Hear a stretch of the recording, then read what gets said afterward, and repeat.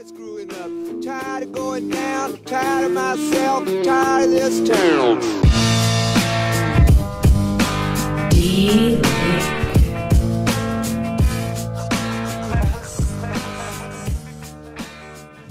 Eminent Waste of Time, episode 43. I'm Doug. And I'm Chad. And we may have to put what we just did in the video at the end or something, but we have a new director-style clacky board to start this thing off. There you go. So now instead of the infamous clap, we have the infamous clack. Clacky board is what I call it. Yes, so that was a present from my buddy Fuzzy, who actually works for one of our sponsors. Yep. And he got tired of hearing about the sad, stupid shenanigans with the clap. And I think he gave that to us back before episode like 39 or something. Yeah. It's taken us till 43 to actually use it. I apologize. It's been sitting in my car, but I haven't had my car. Well, we have it now and it's in use. So everything is right with the world. So thank you, Fuzzy. Much appreciated. Thrilled. Doug didn't clap in my ear. No. I can still do that if you want. No, I'm good. So how was your day today? What exciting things did you do? Lied to computers all day and told them that they're real. That sounds like a you thing to do. That's my job. It's what they pay me to do. I'm trying to figure out what I did today. It was just kind of one of those, I went to work and I know things happened. I don't know what value I really added, but there were meetings that were had and things that were said, and then it was time to go. Yeah. And somehow I got paid. I've had days like that. Yeah, they're great. So one of the important things I did at work today was I looked at Facebook, specifically the MWXC page a lot. And that picture of me driving your Razor, it is awesome. Totally cracked me up. I love that picture. We will insert it here. But it really does. When I saw it, I woke up this morning and Kevin Spangler had tagged me in that picture and said, well, what it looks like when Doug thinks Chad doesn't know he's driving his Razor or something similar to that, whatever it is. I instantly saw it as like, it completely looks like you're cackling with joy and like I would be running about 100 feet behind you and you just stole it from me and you're driving off. It does look that way. It completely looks that way. I thought my reply was appropriate. Yes, that was. I was just so happy to have these new heavy-duty lower control arms and radius rods. Yep.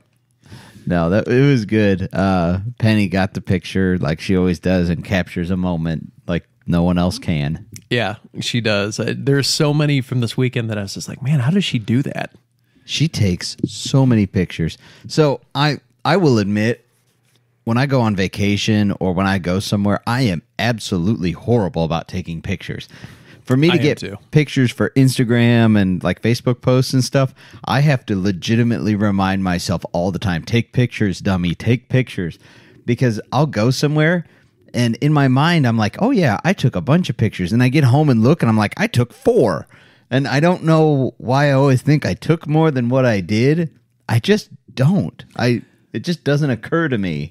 I think you and I are busy people and sometimes have trouble being kind of in the moment, as it were. You're always kind of, well, what has to happen next and what's coming up.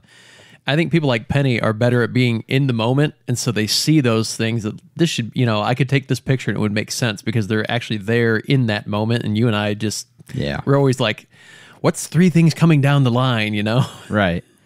I think it takes both types to make the world go round. But, oh, for sure. But Penny, she tells me that it's not uncommon. It's actually very normal for her to take anywhere between 5,000 and 7,000 pictures in a weekend. That is insane. She's gone up to, I think she's taken like 10 or 11,000 at most. Well, that's one of the neat things about digital photography is you couldn't afford to do that back in the film-only days. No. Can you imagine taking 10,000 35mm shots and then trying to decide which ones to develop? Because if you developed all of them, I mean, there's no way. Yeah. And you couldn't really see what you took prior. Yeah. No, she takes a ton of pictures. And yeah, it's just amazing the things she captures even. We'll post a link if anybody out there who's watching the show isn't super familiar with her photography. We've posted a lot of her pictures in the past, but I'll put some links in the show notes, on YouTube and whatnot, that we'll point to some of her albums from this past MWXC weekend because they're really, really phenomenal. Yeah, if you guys are just looking for some stock photography to use on, your Facebook page or your website or something, it's bar none the cheapest too. Oh, she does not charge enough. For the digital full res copy is only like $1.25, and everybody else is like $7, $8 to $10 to $12. It depends who you go to. Yeah. It is dirt cheap. She does it because she loves to do it. Did you see that one she did of me? I was standing on the announcer's mound, and I had a couple of the youngins from the MWXC around me, and Yes, she I did. kind of made it look like an old daguerreotype or tintype photo. Yep, I saw that. That was a Yeah, good I'm one. buying that one from her. That one's awesome. Yep. Oh, I always try to buy. I always buy multiple, but I probably, I don't know, $20 or $30 each weekend of a race I buy of pictures, even if I don't use them all and nobody else sees them, and even if I delete them down the road, I don't care. I'm trying to support someone who does a great job out there. Yeah. So I'll post some links, and like you said, if you just need some stock, racing style photography or something to do with XC or off road or anything like that, you'd be hard pressed to do any better. Yeah, So speaking of, we had an MWXC race. we did. We talked about it in the last podcast. This was, in some ways, kind of the Mike Brinkley Memorial race, although I found out now that that's actually going to be round 8, so we're going to continue Memorial extended. I guess round 8's at Ghost Town, and Ghost Town's always a bigger event than just the race anyways. They have a band. got a band, and there's just a million things going on, so it's probably as good a time as any. And it's one of the more, I'm not saying scenic as far as like the nature scenery. There's a lot to look at there. Yeah.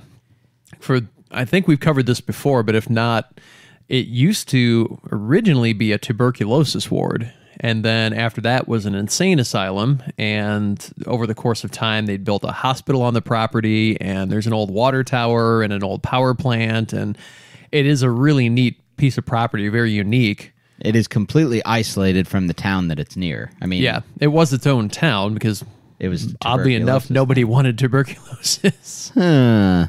Or as they called it back in the day, the consumption. Yeah. So it is a really neat place. It was built, back in the 1800s, I think it originally? Yeah. Late 1800s. And then they built on it through the 70s or 80s, something like that, early 70s, yeah. Yeah, and they kept building on it. But a lot of the houses that they have in there, when it was a tuberculosis treatment center and also an insane asylum, the houses were like the craftsman style kind of, there's a few of them in there anyway. Oh, yeah. And they are, they don't build houses like that anymore. Nope. You would think, it's just going for like a hospital-like place or a treatment center. They're going to build them cheap. No, they have neat trim, neat staircases. The main hall there has a big neat fireplace in the entryway and all this nice woodwork. Now, it's definitely fallen in disrepair. I'm not saying it's nice. Yeah. Well, they're actually working on bringing some of those houses back. Yeah, I heard that. So that's kind of a neat project. Yeah. But all that's to say that, that's coming up in round 8. But I was a little worried going into round 7, not like worried, freaked out about it, but just how the weekend was going to come off with people's expectations about, how we should honor Mike Brinkley and how things, just the flow of everything. I wanted to do it in such a way that he was being honored before each race, but it wasn't something that interrupted the flow of the weekend or was really out of place. And you know what? It all worked out great. I think it came out great. You did great, Doug. Well, that's not me. It's definitely a team effort. There's so many people that go into making a race weekend like that work. And there was so, much that happened behind the scenes to help out with his family and to raise money and also to take care of Lauren Schaff, who was that rider that was injured in round 6. There were some really neat things going on there to raise money for her family because I imagine their medical bills right now are just insane, trying to get her to a place of, health and recovery. I heard she's doing better, by the way. She is doing better. She's by no means out of the woods, but she's making progress in the right direction. Yep. And so, yeah, it just, it takes a whole crew to do that. And so it was good to be just a small part of that. And The whole shot awards were really neat too. Lane Kovacic, who passed away 6 years ago, this past Saturday at the race would have been his 23rd birthday. So his family had raised enough money to do whole shot awards for every race, 3 rows, every race. Yeah. And that just went over really well because they didn't just, okay, it would have been his 23rd birthday, here's $23. They actually wrote a fairly lengthy letter that kind of detailed Lane's story. Yeah. And I'm telling you, man, I saw these racers who had received the whole shot award just like really broken down. You know, it was really kind of a neat thing that they got to experience what had happened to him and get some of his life story. And, you know, they were really like, it was emotional, but in a good way. Yeah. And so it was a neat weekend. It was, I was worn out by the end of it, but it was good. Yep. It was a good weekend. So I didn't get to race like some people in the room. I got to race. We'll get to that Yes, you shortly, did. though. So let's start with something that always seems to be the terror of our weekend, the weather. My dad shot me a text as we were driving out there Friday night. Uh-huh. And as we're driving out there, like we leave and it's sunny. Yeah. And with 15 minutes into the trip, we're up by Stylesville. Yeah. And I mean, the clouds are almost black. Yeah, and it was this front. And they're billowing low. Like they almost look like you could reach up and touch them. They were billowing that low. And I'm thinking, and the wind's picking up, and I'm thinking, this is not good at all. And I get a text from my dad that says, it's raining. Must be a race weekend. Pretty much. Thanks, Dad. Yeah. Hadn't heard from her in a week, and that's what he sends me. He knows. He The knows. man knows. Yes. So actually, it didn't turn out bad at all. No, it rained just enough to keep the dust away, and it made the track a little interesting in spots, but because a fair amount of it was wooded, it kept the woods stayed pretty nice, and the field sections understandably got slick, but every racer I talked to said, you know, we get a little pop-up rain shower that would last for half a lap, and the next lap would be slick, but by then it had all spun off, and the lap after that it was fine again. Yeah, it really wasn't bad at all. And the track was phenomenal. Oh, I can't tell you great how many comments I got that despite the rain and, you know, Mother Nature being bipolar, every half hour it was either raining or sunny out, depending on which half hour you were in. Yeah. They all said hands down they loved the track, they loved the layout, and they couldn't wait to come back out there again. Yep. This track was a fast track. It really was. Now, when we were walking it, because we walked it Friday night to get a lay of the track. As the sun was failing. Yes, we finished with cell phones in the dark the last, I don't know, mile Yeah, or so. about that. Trying to get the rest of the way through to see what we're going to hit. You know, it seems like this track is going to be, you know, a 70-mile-an-hour track most of the way through. You get out there on a side-by-side, it gets much smaller, much quicker. Yes, it does. It always does, and it always amazes me. Even I underestimate it as much as I've been on a side-by-side and been on a racetrack. You always underestimate it because, you know, it takes you 5 minutes to walk this, we'll say a certain section, but it takes you 15 seconds or 30 seconds to drive it on a side-by-side. It would have been really small if you would have taken my advice on shortcuts. Yeah. Doug tried to make me cheat. So No, I know you wouldn't. no. You guys were trying to cheat anyways. You were looking at, well, that's within 25 feet, and I had to keep reminding you, it's 25 feet to make a pass. You can't just cut it whenever you feel like it. Yeah, whatever. Close I hear enough. that from racers all the time. Well, it's within 25 feet. Were you passing someone? No. Then you used the marked trail, man.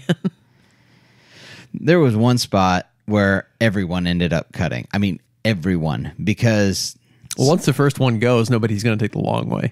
well, you know where we did the start, went around the whole shot corner and doubled back. Yeah. Right as you're going back into the woods, if you took a hard right there, you just cut off. Well, you maybe only cut off 100 feet of the track, but it was just straight and double back, and the trees were so tight there.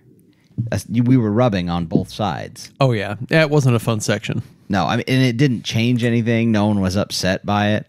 The first lap, one guy cut it, and then the rest of them, everybody cut it pretty much. Well, and if everyone's running that same track, then it is what it is. Yeah.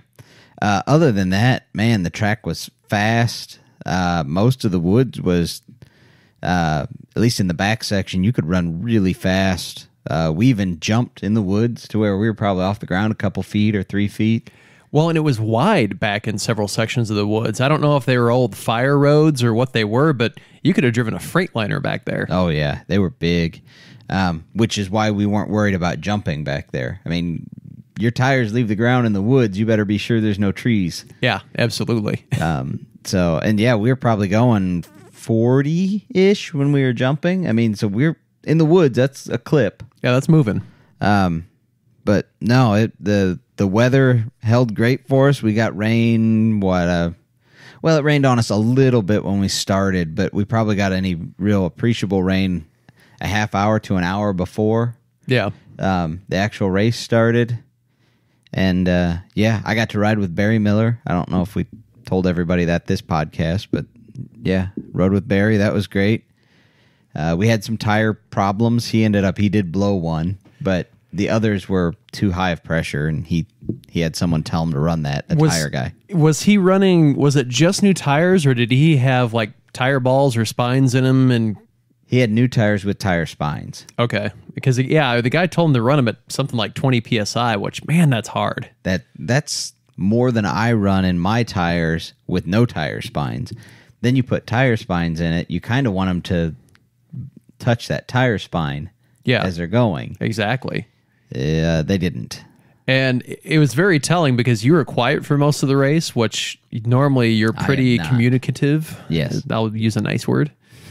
I'm a vocal person. But even you recognized he really couldn't push any harder than he was because he was just constantly fighting it. Like even on straights, he was just correcting and fighting and trying to keep the thing straight. Yeah, it was what it was. So Barry didn't get there early enough to walk the track. I showed him what Pro Hill looked like because Pro Hill was a legitimate Pro Hill. Yeah, oh yeah, we've got some stories there we'll get to. Yeah, and we'll talk about that. So that's really the only part he saw because he got there, I don't know, a couple hours before, but the races were going on, and you just couldn't walk the track at that point. But we had walked it the night before, so basically my strategy was, and his buggy has no intercom at all. Nope. You know that. And a very loud exhaust. Oh, it is screaming loud. I asked Barry before we started, I said, are you going to be able to hear me? And he goes, no, not likely. So, I feel so dumb for having talked as much as I did last race. Doug's blathering on. So as soon as we got in it, I knew as soon as he started it, he's not hearing a word I say unless he's off the throttle. It is what it is. Yeah. So I went completely with hand signals, and just directed him, tried to put my hand at an angle, basically in his peripheral vision, so he could see it, and he could use me as, this is what's coming up at about this angle. You drive at the speed you think you can take that corner at. I'm just here to memorize the track for you. And for the first 3 laps, I did that. For the next 2, I only gave him really hand signals on the spots that he struggled with. It seemed like either he took them too fast or he took them too slow just because he didn't know what was there. So for the next 2, I gave him just reminder hand signals, and that put us at 5, and I think we ran 7. For the last 2, I basically didn't give him any hand signals, and all I did was relay our position to him because there were spots within about 60 seconds of the finish line that he was off the gas, so I could relay that. And I'd say, 2 laps to go, we're in 5th. 1 lap to go, still in 5th. We're X amount behind the leader. If it displayed, but it wasn't there. So. But I was just basically relaying race information to him at that point. And even he didn't catch that the last 3 laps, our fuel light was on. And that's a common theme among the racers I talked to. Devin Smith said the same thing last 3 laps. In fact, he stopped at one point briefly and had somebody throw a couple gallons in it because he was really nervous he wasn't going to finish the race. I was super nervous. Barry didn't notice it. I was watching. Because I'm watching the gauges and everything, even though it's in front of him, I'm watching it. He didn't notice it until the last lap when we were on, or it was the second to last lap, and we were halfway through that. So it would have been lap 6 halfway through it. He noticed, and he points to it, and I give him the thumbs up. Like, yeah, I see that. Nothing you can do about it at this point. I mean, the options are we stop and we get a splash of fuel to make sure we can make it. But I was, at that point, I was like, let's just see if we can make it. Run it. Yeah, we'll see what we do. Because it would kind of go off a little bit, the fuel light would. It would go off just slightly for a minute. So I'm like, well, it's enough to splash that sensor back and lift it. So we're not out. But yeah, by the time we got to the end, it was staying on. Devin Smith had the same problem. His was on for the last 3 laps or so. Several racers I talked to were concerned that they were not going to make it through. And that really is kind of a testament to how fast the track was. You're just on the throttle a lot. And those turbos, when you're on the throttle a lot, they're just hauling fuel through that motor. Oh, yeah. I noticed even when I put the Stage 3 tune in mine that I get horrible fuel mileage. I mean, I'm not driving it to be a Prius or anything, so... No, but that ride we did up in at Harrison Power Sports, that might have been interesting. I mean, there was fuel at the halfway point, we found out, and we did have the Rotopack, but we'd given the Rotopack away to somebody else. Yeah, someone else was out of fuel. We may have wanted that if we had it tuned up the way it is now. True. Maybe want a second one, actually. Yeah, it's thirsty now. Just anything with a tune and a turbo is thirsty. Well, it's kind of, the motor basically, you get to a point where to get more horsepower, you have to throw way more fuel in it than proportionally you get out in power. Yeah. It's like a boat. If it's designed to go 15 knots, then you can go 16, but you're going to have to double up on the horsepower to get that last one. It's kind of the same principle of you just got to throw fuel in it and hope for the best. There's only so much you can do with a 1 liter of displacement. Yeah. So, all in all, it did really well. Man, those X3s just bottom out. That was the interesting takeaway from that race, because honestly, at Martinsville, because it's a different style track, I didn't really notice it. I mean, I felt it a few times, but nothing that really concerned me. Oh, it hurt. Now, like I said, my back's kind of... You guys heard why I didn't ride with Kevin Spangler the week before, I believe it was. My back had been giving me fits. But I bet 6 or so, maybe a little bit more, depending, each lap, 6 times each lap, we would slap the tail. And I don't mean the shocks bottom out. That wouldn't be bad. I mean the frame bottoms out on the ground. Well, and that is one of the design... I don't know if features is the right word, but it is one of the ways the X3 is designed that the shocks have more stroke than there is room to move. So you can literally bottom the entire frame out, and the shocks still have a little bit of stroke left when that happens. Right. So you found it. You found the bottom. It is what it is. I mean, it wasn't horrible. It wasn't like, oh, I'm in horrible pain. But I quickly learned where those spots were, and I would brace my feet against a firewall, and...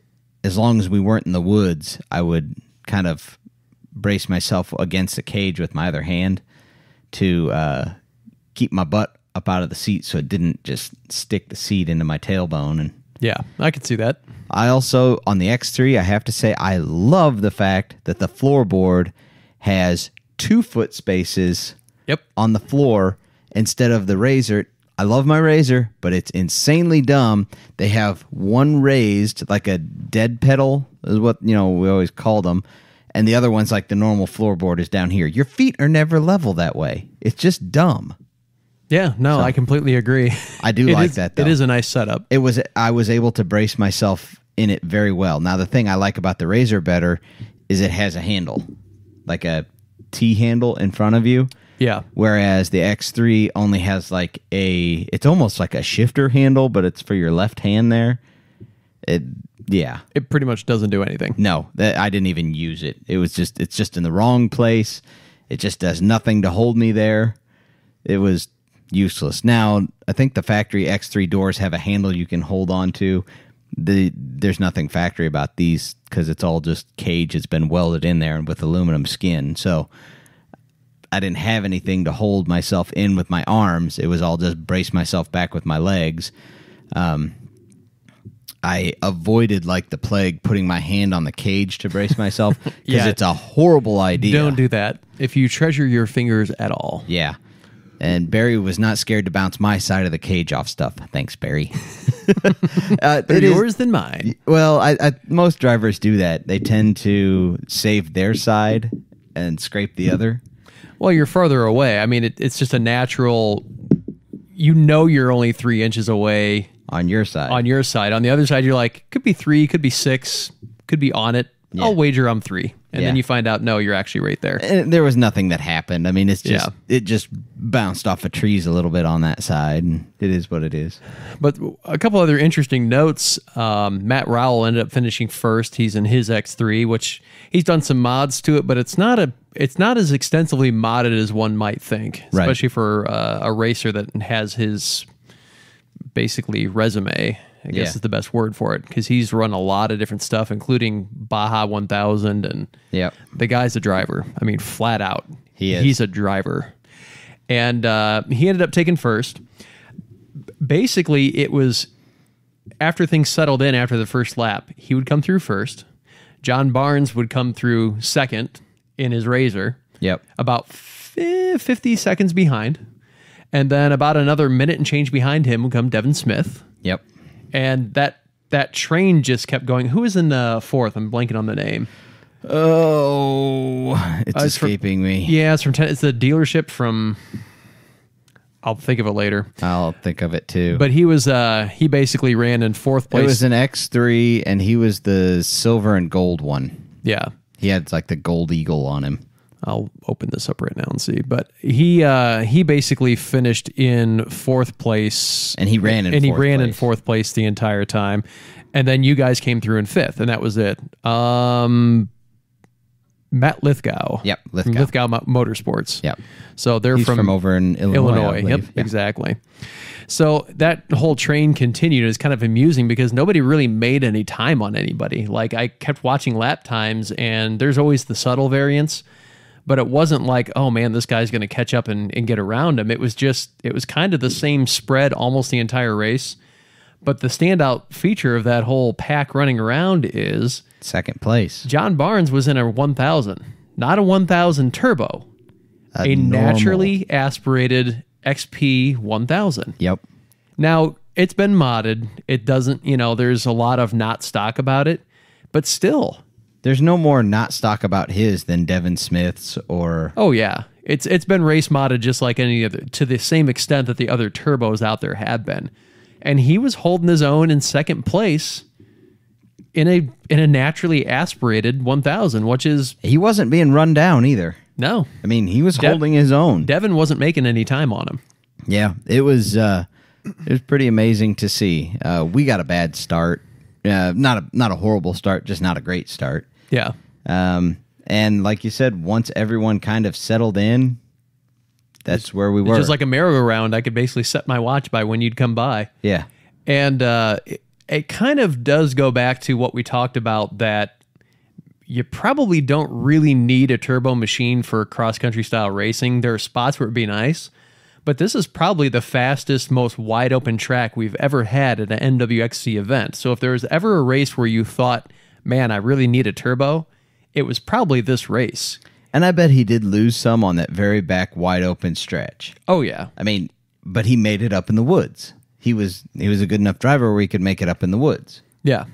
And so the difference there, probably because the gap between him and Rowell was so consistent, it probably came less down to machine horsepower and just down to driving. I mean, Rowell's probably overall just a better driver. And so he got out in front and he stayed in front. And without anybody behind you where you're looking like, man, I need to pick up the pace, he realized he was setting a pace where he was comfortable. He was winning. Nobody was in his rear view mirror that was knocking on the door. I'm not going to push any harder. I'm sure if he had wanted to, he could have gone faster. He could have gone faster, but there was no reason to rip up the buggy and do that. Yep. So, but it was kind of interesting that the other turbo machines behind John, that had a reason to run him down, weren't able to. Yeah. It was good. It was a good race. Now, on to the Pro Hill. So, this was a legitimate... we actually had 2 legitimate Pro Hills this race. One for the side-by-side. One for the side-by-side and one for the bikes and quads. And both of them were probably the gnarliest Pro Hills we've ever had at an MWXC event. They were legitimate Pro Hills. Yeah. And so we're going to insert some videos for you coming up right about now. The first one I'm going to throw in here is Mr. Mike Plank in the Invincible number 36. Yes. Now, every time this year and last year, we've looked at a hill and thought, you shouldn't try that in a light. That's a terrible idea. He'd do it. He'd just go right up it. Now, he may not be, carrying enough speed to jump the top of it like a turbo, but he'd clamber up it at the top and, eventually make it over the hump, and he'd be, just go on his merry way. Right. Not this time. No. So this hill was steep. It was probably a 45-degree angle, roughly. Oh, yeah. Every bit. Maybe slightly more in some spots. You couldn't stand on it. I'll put it that way. It was 30 feet high, at least. Yeah. I'd say probably closer to 40. Okay. And it was loose dirt. I mean, loose dirt. So there goes your horsepower. Yeah. It's eating horsepower and traction, and you can't do anything with it. And the worst part is after the heavies had made it up they had spun off some of the loose stuff and revealed kind of a rock ledge, basically about 3/4 of the way up. And that's where the trouble started for Mike. You'll see in the video, depending on where I put this in, if you haven't seen it already, he goes up and he gets about 3/4 of the way up and he hits that and it bucks the front a little bit and he loses some momentum and then the back sinks into that ledge. Yep. And then it just kind of stands up and goes on its side and then rolls all the way back down the hill. Yeah. That was a rough one. He was okay. The machine was a little beat up. Just basically an axle. He broke both rear axles and bent up a tie rod. Yeah. I mean, it definitely could have been worse. He walked away just fine, so. Oh, for sure. Not a problem. In fact, his wife saw the video before he even finished the race. Because he got back and basically got a text from his wife that said, "You're done." And he said, "Hey, I walked away from it. I already drove it up onto the trailer. Like, it's not a fine." big deal." Yeah.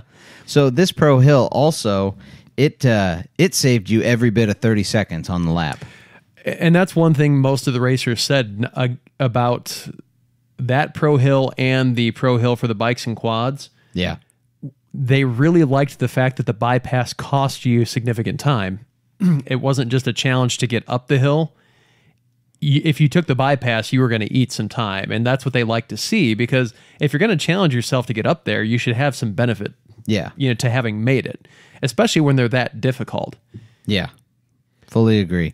So and everybody liked it. I mean, the other one that went down was a heavy, Jeremiah Braun, and I'm going to post that video as well in here. And if you didn't know you weren't watching Mike, you'd think it was just a different angle of the same wreck. They look almost the same, the two buggies. One's an 800, one's a 900, but they're both a green cage. They both have black doors. I mean... Yeah, they look really very, similar. very similar. So it was not a good day to be on the Pro Hill in a green buggy. Yeah.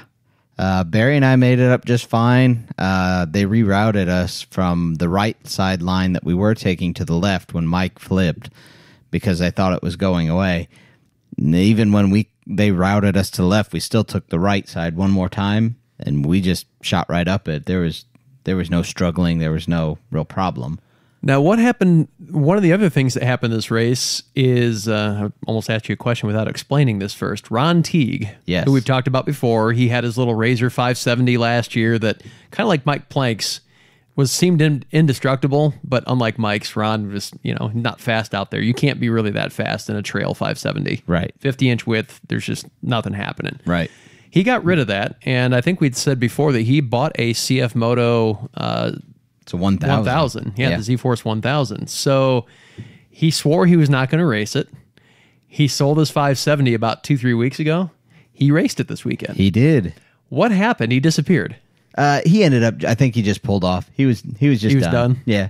And not because the track was rough. I think he just didn't want to abuse the machine. He wanted to just get it out there and see what it would do. He was pulled off at what looked like his truck and trailer there where he was. And he was cheering Barry and I on as we were going around on our last 2 laps, I think it was, or last lap. Because he was coming around pretty consistent, and then all of a sudden, after lap 4, or his 4th lap, I should say, he just disappeared. And I was hoping that nothing bad had happened. No, the machine was sitting there on all four. It looked good. He was. I didn't see him again all that weekend. I just, usually I run into him, but he had pulled off when you went about a mile and a half in the track. That's where his truck was, and he basically just got to that point, and up to that point was the rough part of the track. I mean, there was a creek crossing that had gotten rutted out really bad and stuff like that. And I think when he went through it the last time or the last couple times, he just decided that was enough. And he's not in the points running this year. No, so that's the only time he's raced this year. Yeah. Well, no, I take that back. He races 570 a couple times. Yeah. But he's not in the points running. No.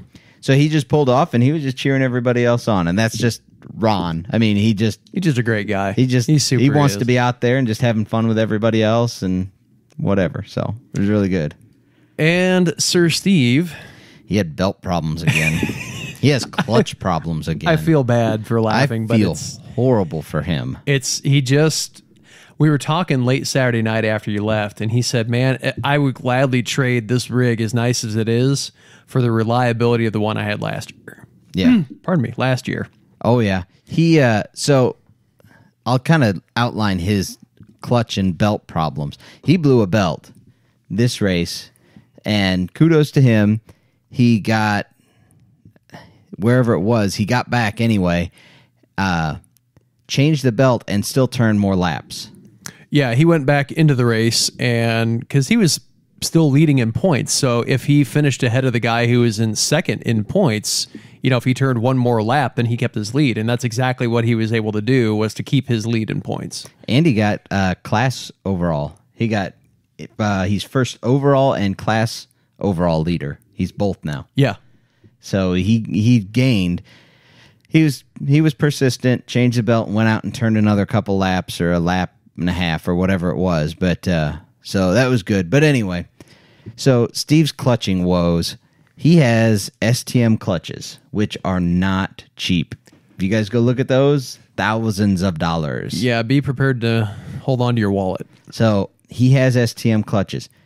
Can't keep a belt in the thing. Just couldn't keep a belt. He sent his STMs off to Airdam to have them custom milled and cut, and all the clutch black magic that they work.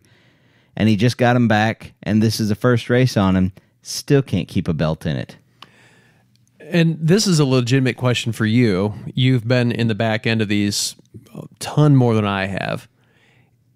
Are some of these racers, and I'm not just going to pick on Steve because I see this kind of thing happen in other circles and other races, are they doing too much with clutching? Are they going overboard? Are they trying to find something that really just isn't there for them? Well, the guy who he sent the Airdam, the guy who owns Airdam, he does clutching for Baja, like in the heat. Like, oh yeah, knows his stuff. This guy knows his stuff. I don't think Steve's trying to get too much out of it. Steve right now is really just wanting something that's reliable. Yeah. Well, I know for a while he took the Stage 3 now, went back to stock. Yeah, just to try and hold them together. His clutch right now has a big, nasty groove cut in it. It was just custom machined before this race. Yeah. It's just not good. I don't know. He doesn't know what he's going to do with it, and I feel bad. It's frustrating because we still have quite a few races left this season. If he wants to, he does want to stay in. He wants to finish the season, hold on to his overall, but it's really hard if you can only turn 4 laps in a race because you're facing a breakdown. And this weekend was the start of his 6-week sprint of races. It's sprint of pain every weekend. Yeah. So I don't know. I mean, at some point you just throw the stock clutching back in it and do what you can do. Yeah. And Steve, man, we're pulling for you. We really are. If there's anything we can do to be of assistance, just let us know. Or a nuisance. Well, we don't ask. We just do that. Yeah. That's not an issue. That comes naturally. But it was interesting to talk to him and get some perspective on a few things. And I was glad I got to stay the night out there Saturday night. I don't get as much a chance to talk to him as you do, so it's kind of nice. Yeah. Yeah, Steve and I we pal around. We talk on Facebook a fair amount, and then, I see him at the races and all that. So And I talk for a living at these races, so a lot of times it's like... You don't talk to anybody else. No, because and there's always somebody that wants, and I'm not saying this in a bad way, but there's just always somebody that wants a piece of your time for X, Y, and Z, and I enjoy it. I enjoy working with people and everything else, but it means I don't have time to just like, oh, there's my buddy, I'm going to go hang out. Right. It just doesn't work that way. I don't generally have much time for that either, but it is, Yeah. we talk on Facebook a fair amount, so it was an interesting side-by-side weekend. It was a good one. Probably like everybody else had said, the best course. We had great weather, no complaints at all. So, well, since we're on the subject of side-by-side, you've heard an interesting rumbling out there, and we're just going to throw it out. We're not saying that this is true, but there is some rumbling that GNCC side-by-side racing might be disappearing. yeah, I've heard the same. That's what I was mentioning to you earlier in the day, but I've heard that it's just going to go away. I've heard no good reason yet. I suspect a lot of it's because of the extra work it takes and everything else. Side-by-sides they aren't particularly built well to be in an XC race setting. They're really not. They're big, they're heavy, they're fast, they're hard on tracks. You have to make special consideration when you're making trails for them. And now GNCC doesn't want people in the woods because of the danger that presents to spectators. And honestly, I can't say I blame them. I've talked to several different race owners now. A lot of them are saying we're just not really making any money on that end of the stick. Yeah. It's hard. If that goes away, that's going to be a big kick to the sport. It is. So it begs a question, and Doug and I were talking about it, and we've mentioned this style of racing before. Do side-by-sides just go short course racing? Well, really, if you look at the construction of a side-by-side, they are built more like a pro light truck than they are something that you would consider an XC racer. Right. The way the suspension on the heavier ones are set up and everything else. I mean, XC racing, I think if it was limited to 800cc, 50-inch wide trail models, probably could survive as a sport a lot better because they're a lot easier on the track. They're narrower. You can fit through places, easier. You don't have to cut 72-inch wide tracks and, that kind of stuff. Yeah. But the thing is small side-by-sides like that, like the Rhino, they're just quickly going away. ballooned up into these big, beastly monsters that have 20 inches of suspension travel and 200 horsepower. And so now they are built more like a stadium truck or, like I said, more like a Pro Light's kind of what they remind me of, where you have, jumps and a kind of a defined motocross style track. And yeah, if GNCC goes this route, you do kind of wonder, is that what side-by-side racing will become in the future? Will other smaller XC circuits say, you know what, it really isn't worth the grief? Yes and no. It can go one of two ways, and I hate to leave it this open, but there's two ways that it really could go. If GNCC drops side-by-side racing, then other series will follow suit, like you said, and the XC racing of side-by-sides will die off. Or the local series like MWXC and Crossroads and IXCR will now benefit from this because the people that were previously racing GNCC, these small series can handle that quote-unquote burden of it. Yeah. And they'll pick up more racers at each place, and they won't overall see this massive surge, but they'll each kind of grow a little bit from it by taking the racers who will no longer be racing at a GNCC event. Yeah, that's true. That's a very open thing to leave it as. I'm just saying, if a guy has a side-by-side and he's already got a race machine, the chances of him just kind of saying, well, GNCC isn't doing it and throwing the towel is slim to none. I think now, not that winnings from races really offsets the cost of racing, because we've talked about that, many times. But I think a lot of smaller series, the payout for side-by-side, they're going to have to probably do something to try and bolster that a little bit. Even if they don't have GNCC as competition, I think you still have to do something to attract racers to come in. I don't know. It's an interesting thing. just to talk about it this early in side-by-side development, because really they have not been around in the form they're in now for very long. A few years, really. And now this is already a possibility. We're not saying this is happening, that it's going to go away at basically the biggest stage this side of the Mississippi. Well, and I can tell you from a racer's perspective, when I heard about Midwest Side-by-Side Series and the payouts that they do, that seriously drew me towards that series. Because their payouts are more for more positions and classes and like the lights get a payout even, I think, and they build the courses for a side-by-side. Yeah, so series like that will flourish. So it's kind of an interesting thing, but we thought it was worth mentioning, and obviously we'll keep an eye on that, and maybe it gives you something new to dig for on Google. But yeah, I don't want to say I was surprised. It was kind of a shock, but really it made sense. More upset? Yeah, more upset than anything, because like you said, I think it is going to be hard on the sport. But when you look at it from their perspective, I see what they're getting at, because again, the amount of bikes you get is you always get more bikes than quads, and you always get way more quads than you get side-by-sides. I mean, yeah, it's... on a whole, it could be as much as a 10-to-1 differential. Even like the GNCC Ironman, which historically is one of the biggest GNCC events, because it's their year end and all that. You might have 100 side-by-sides or something like that, but you'll have 2,000 quads and 3,000 bikes or something. Yeah. I mean, just...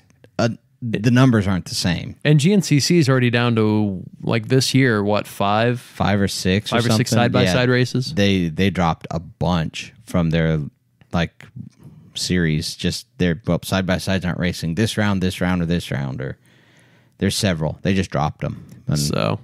the sport's not going away. It just, there may be it's going to change. It was kind of a natural partnership, because quads already race off-road, dirt bikes already race off-road. I've got this off-road machine I want to race. It was kind of a natural fit to get things started, to just throw them into XC racing. But the machines advance so quick. Well, and the progression that most people take to get to a side-by-side is they go from a quad to a side-by-side. So it seemed like a natural progression to go from a race quad to a race... For the aging populace. Yeah, it is what it is. But these things want to jump. You want them to fly. They do fly pretty easily. Yeah. You should not do that in the woods most times. You just shouldn't. The woods aren't big enough for them. They go too fast to do it. There's all kinds of reasons not to. So we'll see. Could be interesting. I think we'll know more towards the end of this year. GNCC isn't going to cut it in the middle of the season. I think, my opinion, if they do anything, the soonest we'd see it is at the end of this race season. They might run it one more whole season. I don't know. We'll see. We'll just see.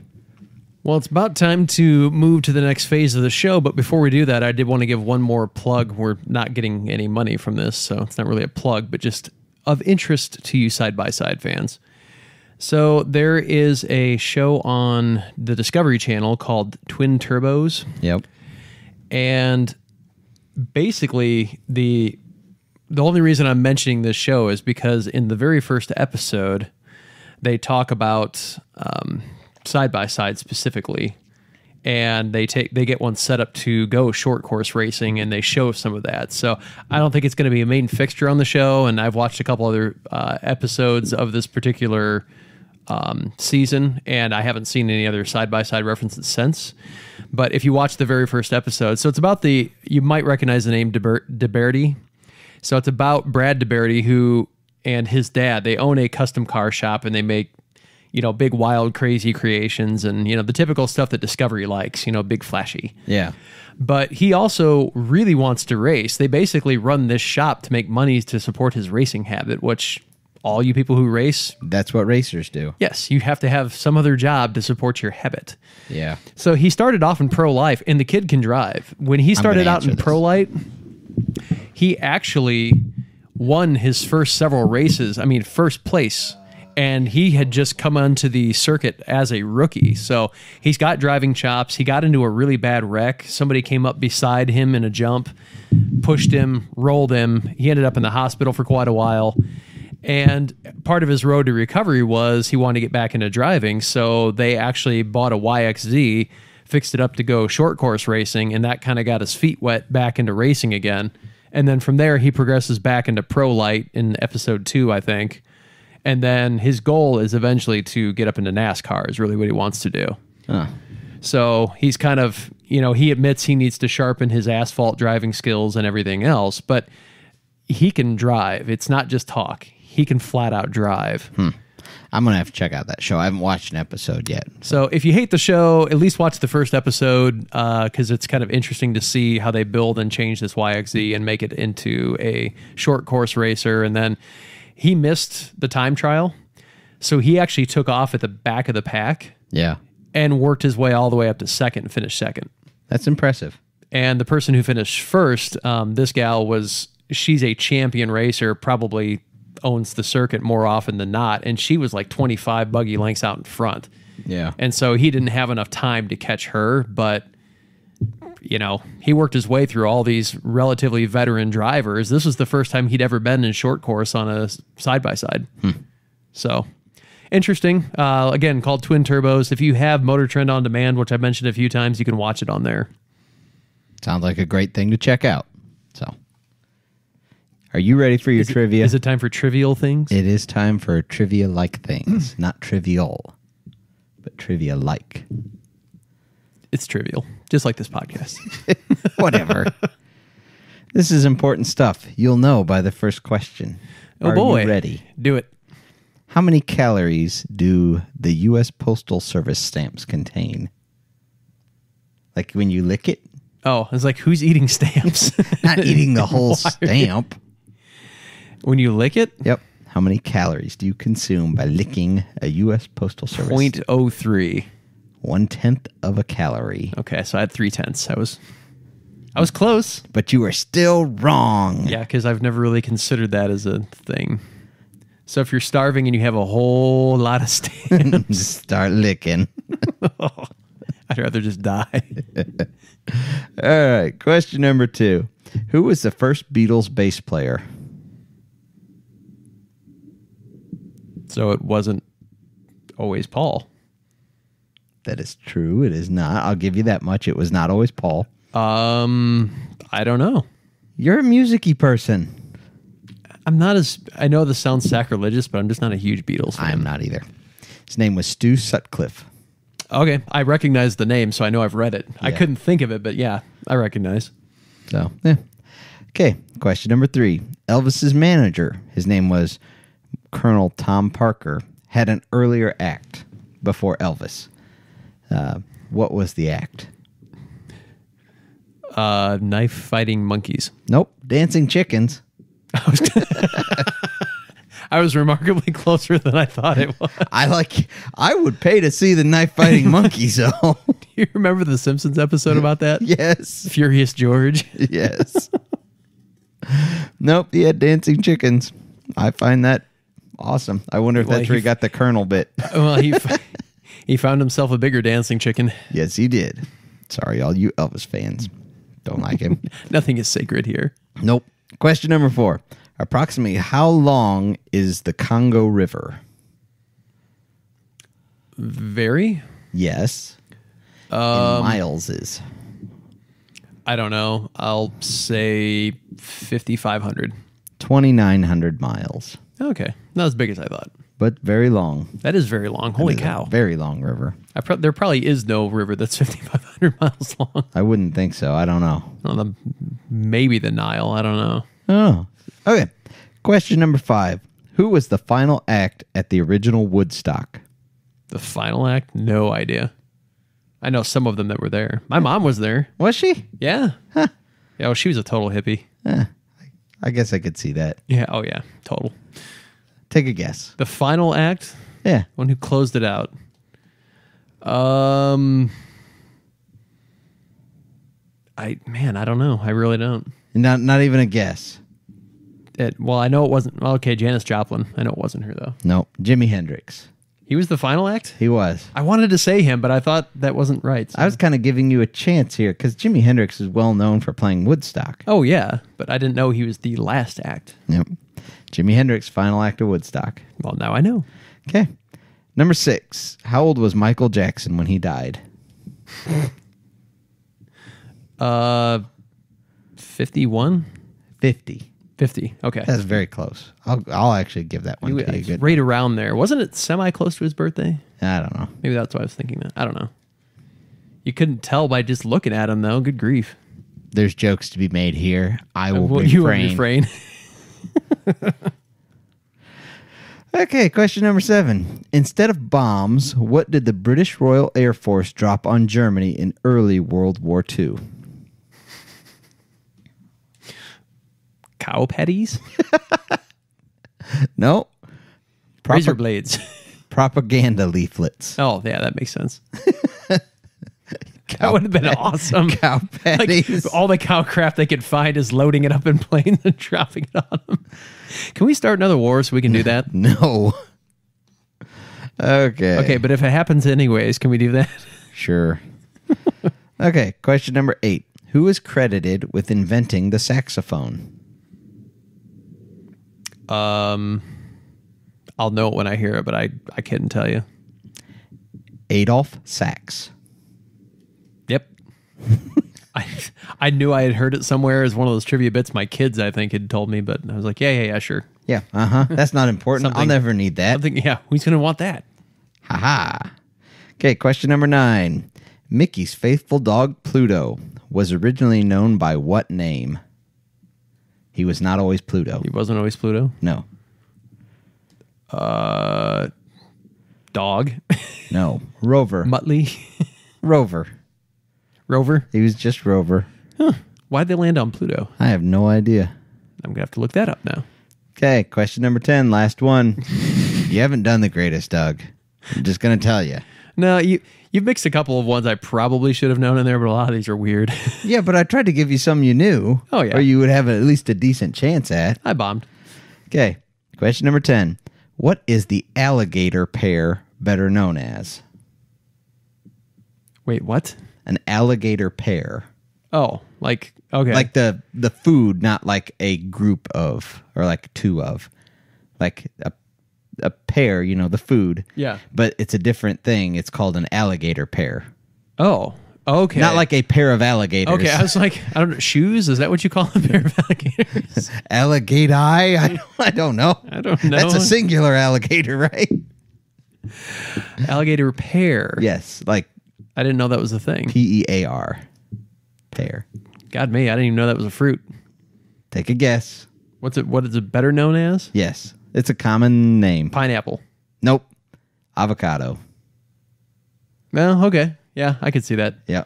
I was trying to think of something with a weird rough outer skin, so wasn't pineapple, but You were not close, but thinking along the right lines anyway. avocado. I've never, ever in my life heard it called that. I don't know. Not Whatever. even once. I think you made that up. I did not. We are long on time already, sir. Oh, are we? Oh, we are. No, I don't think so. Okay. No, because okay, whatever. Yeah. We're in control anyways. Yeah, whatever. This is what it is.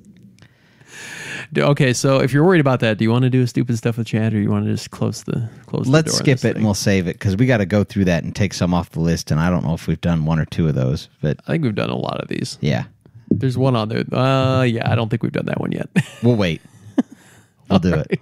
You guys got to look forward to something, I guess. Worst ending of a show we've ever done. That wanna was do anticlimactic. You want to do something awesome? Nah, let's skip it. Let's just skip it. Well, thank you to all of our awesome sponsors out there. Of course, Watch Communications, who hosts this whole mess, and our website. I believe the code is still valid if you want some web hosting for your propaganda machine. Just go to watchcom with 2ms.net and sign up and use the code waste of time, all lowercase, no spaces, and that will get you your first month for free. Also want to do a big shout out to TGM Off-Road, UTV-doors.com, UTV Engineering, Harrison Power Sports, CW Motorsports, and Spangs Fab. Yep. And you can find this podcast on the web at, let's see, Google Play, iTunes, Stitcher, iHeartRadio, and the video version is on our YouTube channel. And you can find us on the web at Eminent Performance, on Facebook /Eminent Racing, and on Instagram at Eminent Racing. Yep. That's all of them. We're everywhere. Like a cancer. Or like God. Not quite as good, though. Ooh. Yeah, I don't know which one of those is worse. Two extremes. And no matter which deity you've insulted, thanks for riding along with us. Thanks, guys. Tired of going down, tired of myself, tired of this town.